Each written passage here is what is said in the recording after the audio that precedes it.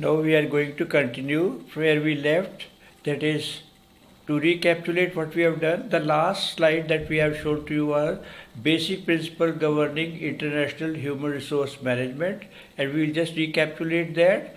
The definition of international human resource management is a process of procuring, developing, compensating and retaining people in organization operating beyond national boundaries at the global level. Then we saw this particular diagram. In that we started with first the international planning, international recruitment, international selection, international training and development, international compensation, international employee benefits, and international performance appraisal.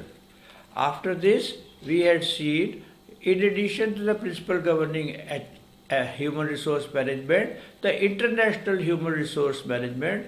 These are that additional HR activities like international relocation, operations, etc. and all that.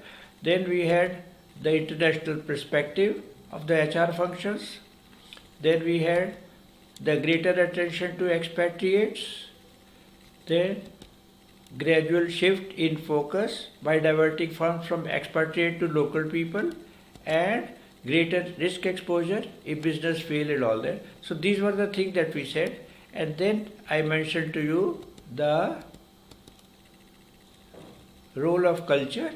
Culture is understood as the custom, beliefs and values that guide the behavior of people in society and passed down from generation. Cross-culture or multiculture. IHR manager needs cross-cultural competence to deal with management of multiculturalism. So the HR manager needs to possess strong personal identity, have knowledge of beliefs and values of different cultures, and display sensitivity to the effective processes of culture and communicate clearly in the language of given culture group. Then cultivate cosmopolitan outlook and attitudes to take care of all the cultures. Now we will see various cultural dimensions. Cultural dimensions, there are 4 of them we will be seeing, and each one of them as to how they affect. So the first one is what we call as the power distance. Power distance concern how cultures deal with inequality. Inequality as to how, if inequality is there or equal treatment is not given, how the different cultures treat them. So there are 2, that is the low power distance, when there is a very little power between the power and the distance is very low, and these cultures seek to play down such inequalities. So once you are very close to the power, then somebody makes a mistake, it is kind of just overlooked or so. So that is what we say, low power distance. Then the other is high power distance. High power distance, inequalities are accepted. Something like a king and the subjects. So between that there is a high power distance, that the king is all powerful and the subjects or the people who are there, they are not. So people will accept whatever the king says. So that is the inequality is accepted. Now how it affects as far as the different working in the organizations. In societies with high power distance culture, selection of executive is based on social class to which they belong. So, and their elite educational qualifications, etc. So the people who in the higher power distance, like the king's family or so social class, they belong to higher classes. So it is that the top executives will be taken, and lower people will be taken at the lower level. For example, various kingdoms in various Middle East countries, etc. Those who belong to the royal families, they have what we call higher positions. Then we have in low power distance, educational achievements is the main criteria for selection. So it is not irrespective of caste, creed or religion. So it is the low power distance, that is where the distance is very low. Then we have leadership styles in high power distance are autocratic but are participative in low power culture. So we say power distance, that is inequality, low power distance, they play down, high power distance, inequalities are accepted. In society with higher power distance, selection is based on the social class. In low power distance, primarily on the educational achievements and their performance criteria. Leadership in high power distance, authoritarian. In participative, it is based on participative. Then the next dimension that we are going to see is uncertainty avoidance. In business or in international IHRM, there are a lot of uncertainty. Now this relates to norms, values and beliefs. Norms, values and beliefs are basically culture with regard to their tolerance for ambiguity.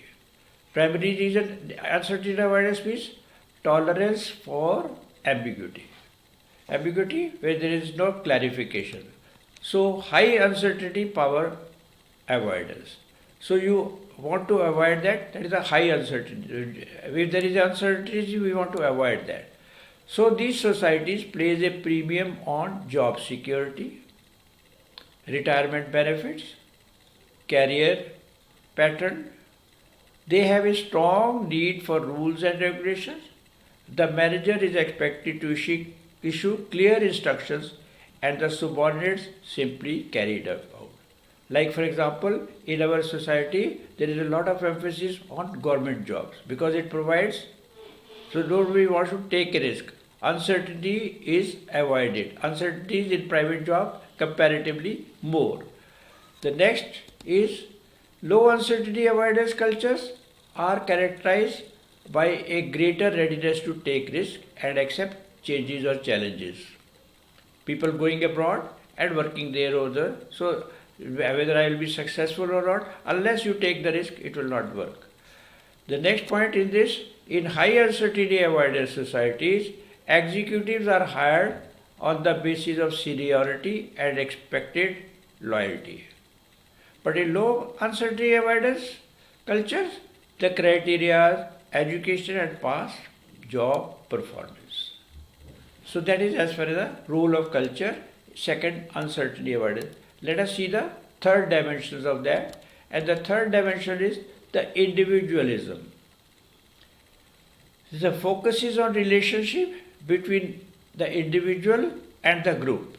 Society may be individualistic or collective.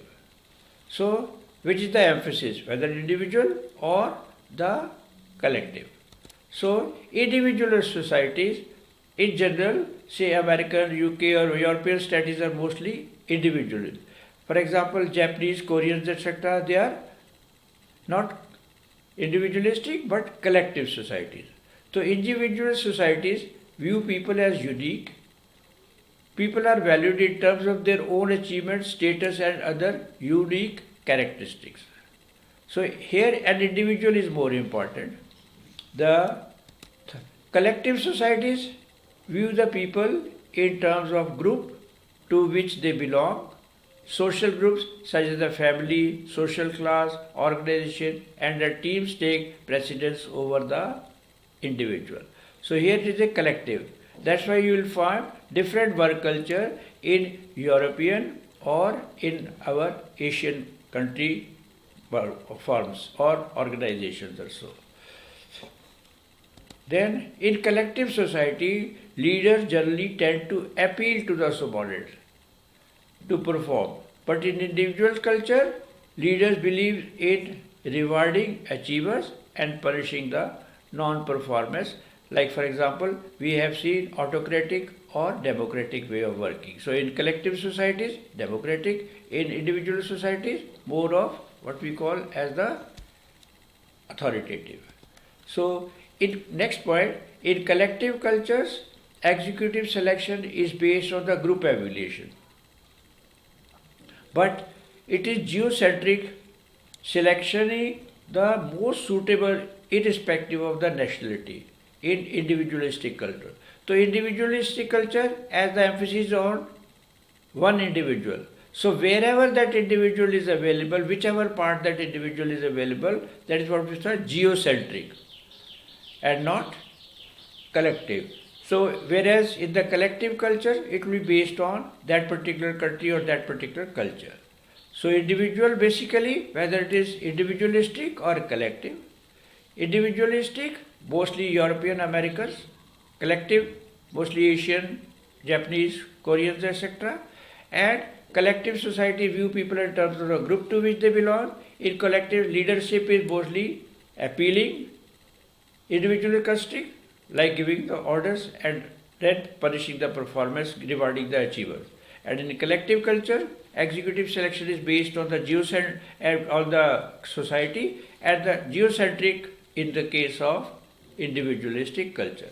Let us see the fourth dimension as the last one, and the fourth dimension is masculinity. Now, masculinity represents the overall tendency of a culture to support the traditional masculine orientation. Societies can be low or high on this. So, like with a man-dominated society or male-dominated society, masculine society, and other, there is very little distinct, so not so much of it. So it represents the overall tendency of a culture to support the traditional masculine orientation. Societies can be low also. Now let us see what is the effect of that in our IHRM. High masculinity cultures have norm, beliefs and values such as men are assertive and dominant.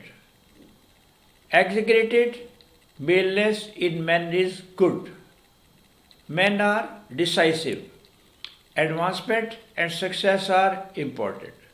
And gender roles should be clearly distinguished, more or less as it obtains in our northern India also. The low masculine society, sex roles are less sharply distinguished, and little difference is made between men and women for the same job or in the same job. Then, managerial selection is independent of gender and leadership in participative in feminine cultures. In masculine cultures, men are mainly preferred for jobs and leadership tends to be authoritarian. One more dimensions, and that is similarly the staffing policies depend upon whether a host country is knowing of the high power distance, low uncertainty avoidance, or feminine orientation. Where power distance is high, staffing is influenced by ethnocentric orientation. So also when a host country believes in high uncertainty avoidance. So we have seen the four dimensions of the role of culture in IHRM. We have seen masculinity, before that individualism, before that our masculinity and things like that. Now let us see some examples of the culture in various world countries. Ethnocentric definition. Then examples of culture in dimensions. We have given the four things that we have studied: country, individualistic collectivism, power distance, uncertainty avoidance, and we had that last one was masculinity, etc. So in this, say you find Australia, individual, power distance is small, uncertainty avoidance is moderate, and the quality of people is probably strong. Canada, again, but uncertainty avoidance is low. They are capable of taking more risks. So that is why you will find quality of people moderate. England, individual, small, moderate, strong, like that of Australia. France, individual, power distance is large. So inequalities will be